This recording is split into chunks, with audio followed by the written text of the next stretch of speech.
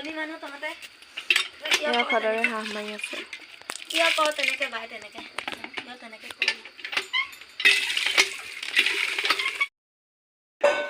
এইটো হাঁহ পুৰা নাইকিয়া পৰিব আৰু এয়া আলু পিঁয়াজ নহৰু আদা আছে মই নহৰু গুচাই আছোঁ আৰু ইফালে মায়ে কিবা কৰি আছে ফাদাৰে হাঁহ গুচাই আছে এয়া এতিয়া আমাৰ ফাদাৰে এনেকৈ ধুনীয়াকৈ হাঁহটো পুৰি আছে গেছতে গেছৰ প্লেটে দাং খুৱাই দিছে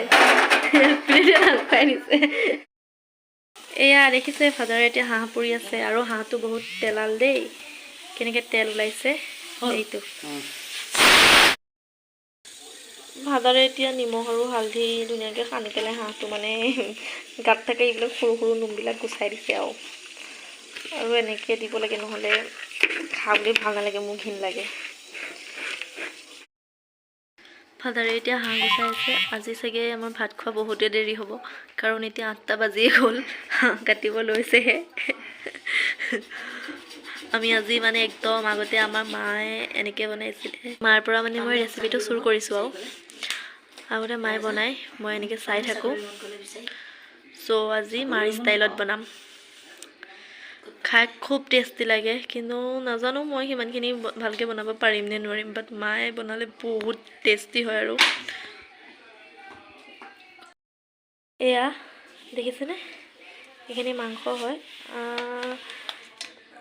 তাৰপিছত মই ধুনীয়াকৈ এইখিনি মছলা এইখিনি হৈছে জিৰা আৰু জালুক এইখিনি হৈছে আদা নহৰু জলকীয়া আৰু এইখিনি পিঁয়াজ কাটি লৈছোঁ তাৰপিছত এতিয়া মই ধুনীয়াকৈ এই বটি লোৱা জিৰা জালুকখিনি মাংসখিনিত দি দিম দিব লাগিব আৰু লাষ্টতহে দিম এতিয়া এইখিনি ধুনীয়াকৈ মই সানি ল'ম সানি লৈ পেলাই ইফালে কেৰাহী গৰম কৰোঁ এতিয়া মই জিৰা জালুকখিনি ধুনীয়াকৈ মাংসখিনি সানি লৈছোঁ এফালে কেৰাহী গৰম কৰি আছোঁ আৰু অলপমান দেৰিয়ে হৈ গ'ল চ' সোনকাল কৰোঁ ফাদাৰৰ ভোক লাগিছে বোলে এতিয়া মোৰ কেৰাহী গৰম হৈ গ'ল মই ইয়াত ধুনীয়াকৈ তেল দিম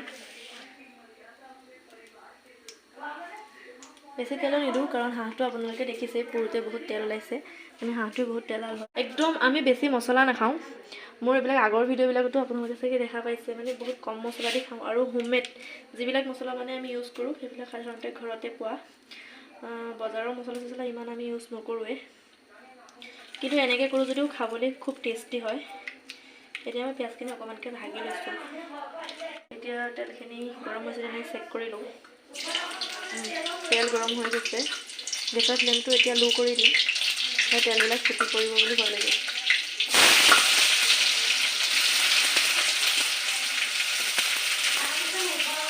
কাটি লোৱা পিঁয়াজখিনি এতিয়া ধুনীয়াকৈ মই দি দিলোঁ তাৰপিছত মই হেতাখনি লৈ দিওঁ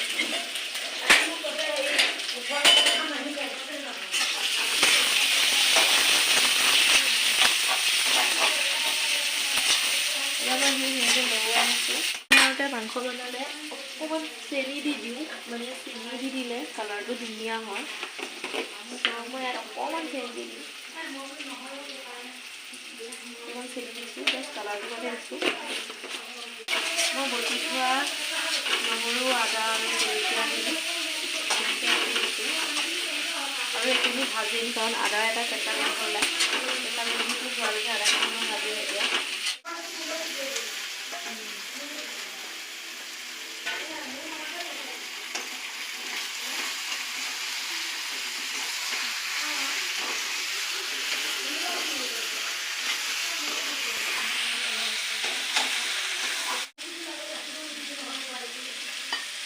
এইখিনি মানে গৰম পানীত তিয়াই থৈ দিছোঁ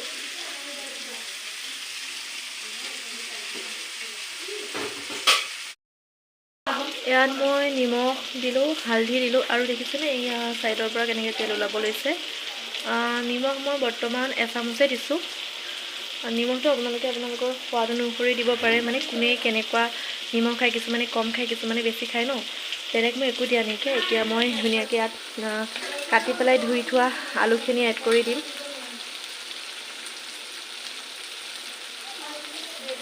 মাংসত যদি আলু নাখাওঁ তেনেহ'লে মাংস খোৱা মজা ক'ত লাগিব এতিয়া মই ধুনীয়াকৈ আলুখিনি দি দিছোঁ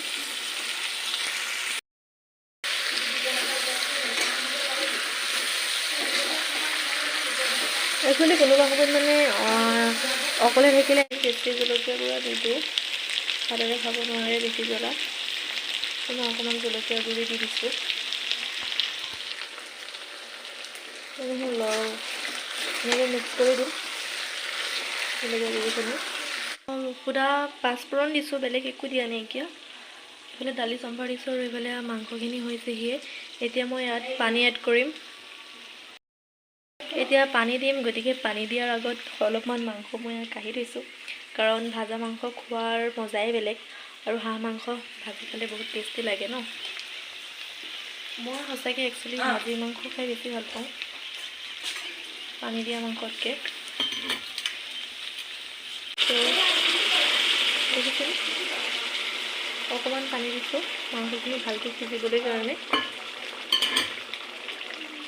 ইফালে দালি উতলো অৱস্থা হৈ আছে আৰু এতিয়া মই এইখিনি ঢাকনা মাৰি দিম। খাবলৈ বহুত টেষ্টি লাগিছে, বাট নিমখ অলপ কমিছে আৰু দিব লাগিব। এতিয়া মই এই মাংসখিনি ধুনীয়াকৈ খাই লওঁ। এয়া মোৰ মাংস দেখিছে। আৰু তেতিয়া মই আৰু অকণমান পানী দিম। সেইখিনি পানী মই ফাৰ্ষ্টে মাংসখিনি ভালকৈ সিজিবৰ কাৰণে দিছিলোঁ। এতিয়া আৰু অকণমান পানী দিম।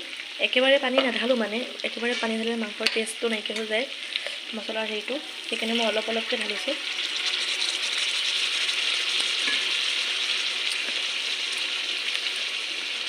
দুখিলা তেজপাত এনেকৈ গটা কৰিয়ে দি দিছোঁ। আৰু মই যে বাতি এটাতে ইলাচি, দালচেনি আৰু লং যে ৰাখি থৈছিলোঁ তিয়াই পেলাই, সেই পানীখিনিও মই ঢালি দিছোঁ। গোন্ধটো খুব বঢ়িয়া আহিছে, মানে মই আপোনালোকক গোন্ধৰ কথা কি ক'ম আৰু। সঁচাকৈ কৈছোঁ বহুত ধুনীয়া এটা মানে সুন্দৰ গোন্ধ আহিছে। ফাইনেলি মোৰ মাংস বনাই হৈ গ'ল। কম সময়তে মাংসখিনি বনাই হ'ল, কম মছলাৰে। এয়া চাওক কি ধুনীয়া এটা তেলৰ চামনি পৰি গৈছে। বহুত কম তেল দি বনাইছিলোঁ, কিন্তু কি ধুনীয়া অৱশেষত তেল হৈ গৈছে আৰু কম মছলাৰে বনাইছোঁ। মই মানে ৰখিব পৰা নাই আৰু ইমান ধুনীয়া গোন্ধ আহিছে। আপোনালোকে যদি মোৰ ভিডিঅ'টো চাই ভাল পায় তেনেহ'লে এনেকৈ এবাৰ ঘৰত ট্ৰাই কৰিব পাৰে। সঁচাকৈ খাবলৈ খুব সুন্দৰ।